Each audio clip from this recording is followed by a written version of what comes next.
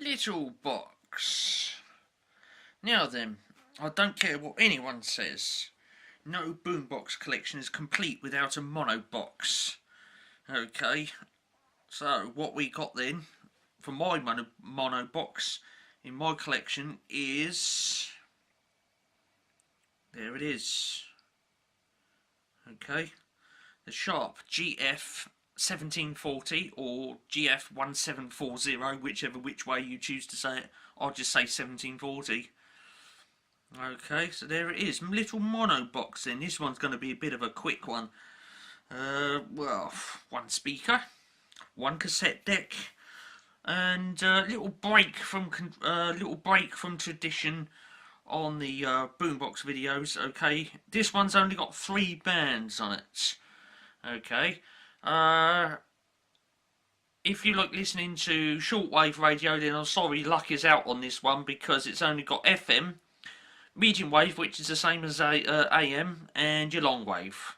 Okay, no shortwave on this one. So if you was looking for a money box that's got shortwave on it, then this one is not for you. Well, what else can I say about it? It's a little mono box, isn't it? Little basic tape deck. I'm pretty sure that if you tune this into the radio and put a tape in there and record it on it, the recording would be in mono. Okay, because although this does have FM on it, it doesn't have an FM stereo light for obvious reasons. It's a mono box. But what would have been a nice feature from Sharp is if it could receive FM in stereo, and then when you record it, it then puts it on the tape in stereo. Okay, but no.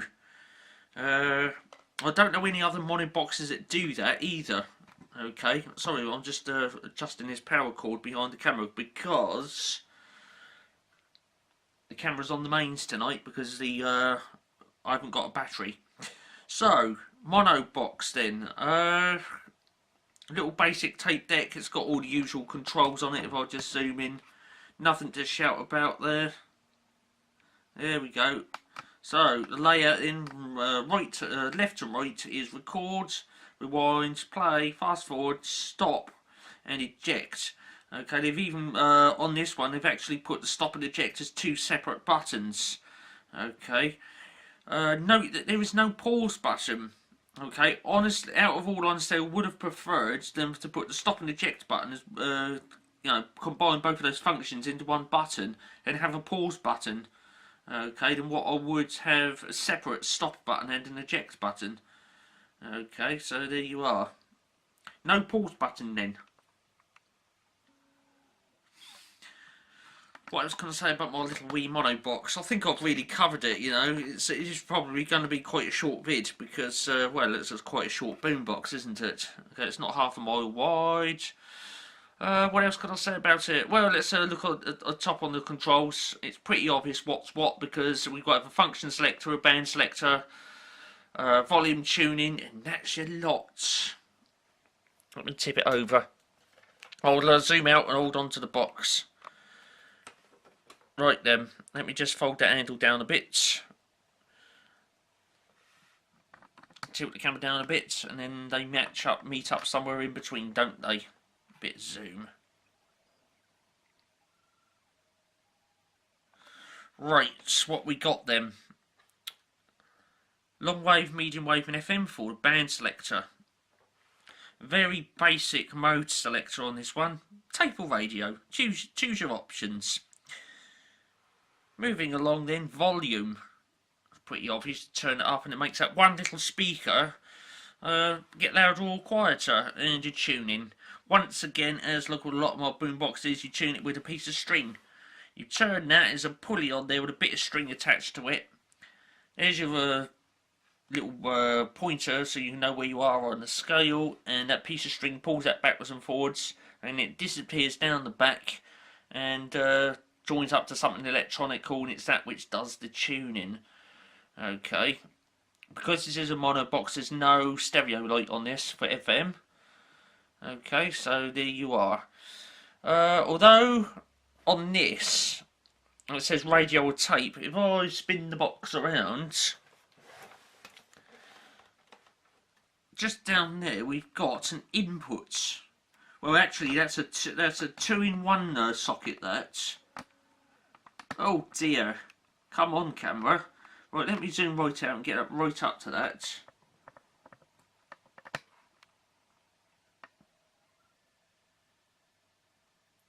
There it is. Okay. It just says amp on it for some reason. I suppose it's amp for amplifier. I'm not sure if that's an output as well.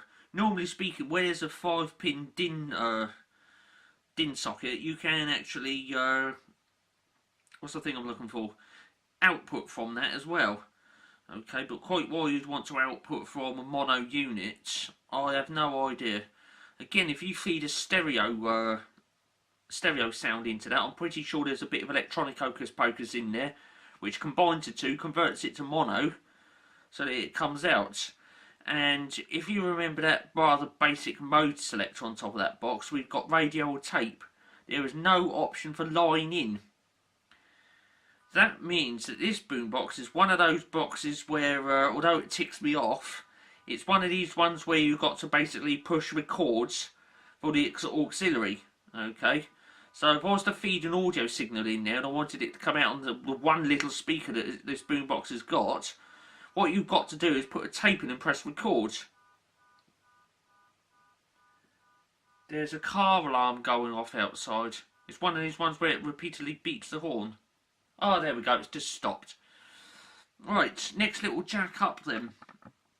It said external speaker on it, 4 ohms. Now, I know what you're thinking here. Let's see if you're thinking along the lines of what I am. If you used to put a speaker in there, which is a 3.5mm mono jack, if you used to put a speaker in there, would that then make this boombox stereo? Probably not. Okay, it probably means with that jack that so you can either have the internal speaker or you can have an external one. Okay, it's not one of these options where you can put a speaker in there and it's that then becomes one of the stereo speakers. Okay, it makes it into a a stereo boombox. I know with some record players, when like those record players that look like little luggage cases years ago, they used to have a mono speaker on them, and they did actually have that option where basically speaking, if you connected another speaker in, you could actually output in stereo.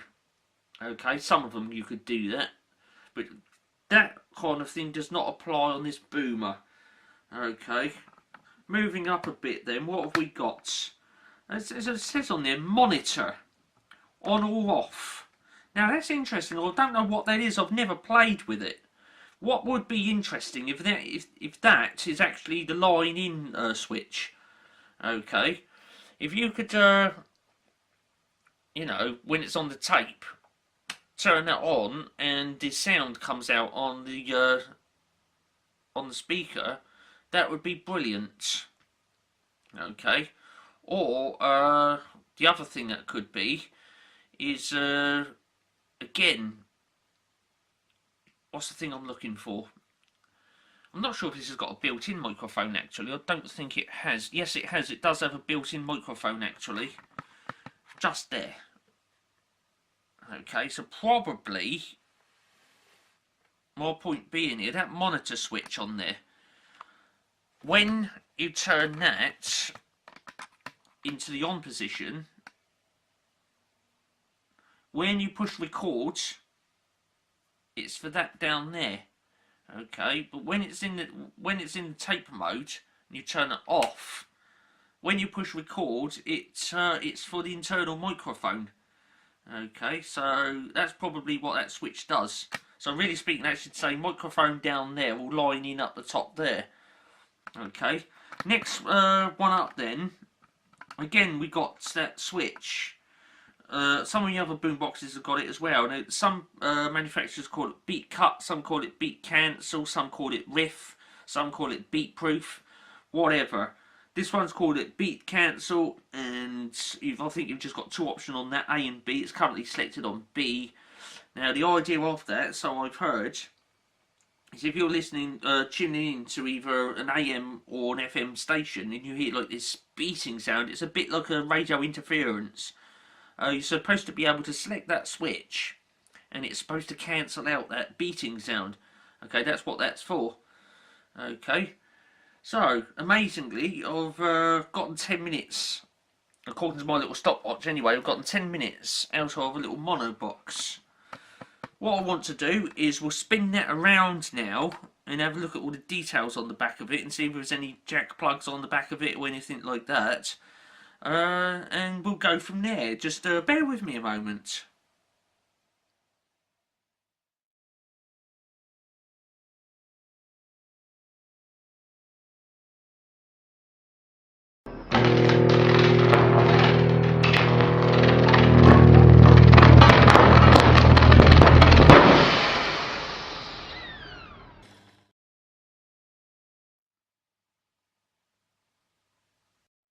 Okay then, thanks for returning.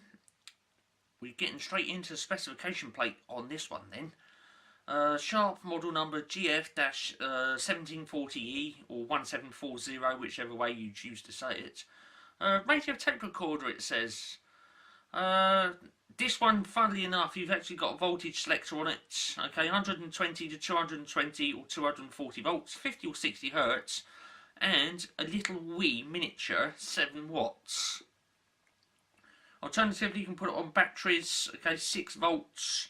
That's a HP2 times 4, or you know, if you use some other format like I do, then that is 4 times D cells. Okay. On this one, it does actually say what the frequency range is on the various different bands. Okay, and there's a serial number underneath that. And you've got all your usual warnings there. Okay. Being sold in the UK, it's also got that mark on it. Okay, British Electrotechnical Approvals Board, or BEAB. B-E-A-B. Okay. And the standard for that is produced to British Standard 415. Okay, so there we are. Just down a bit then we got, if I zoom this right out, there's that little speaker just there for the front. There's our battery compartment then, we put 4 batteries in there. Okay, where's the power jack then? It's not on the back of it. Oh, well, let's spin it around then. There it is, right the way down the bottom. Now, the way this one works, I just might as well pick the box up and show you. Right, there we go, I've got it right in there. Superb. It would help if I tilt the camera up a bit. Right, sorry about my foot being in shot there then. I've got one foot either side of the camera just to steady myself. The way this works, see this grey plate on here? You've got a little crosshead screw there. That socket in here has 3 pins in it. You can only see 2 because the third one will be where my finger is. Okay. Now the way this works, if you look there, it says AC 220 to 240 volts. Okay. Now if you wanted to take this into another country where they've got a lower voltage, you'd loosen that screw, and in this square plate here, you slide it along, and what happens is this pin here, okay, it blocks that one off, like that, and then the pin which is currently blocked becomes exposed. Okay, and then when you put the plug in, the 2-pin plug, it connects onto that pin and that one in the centre there.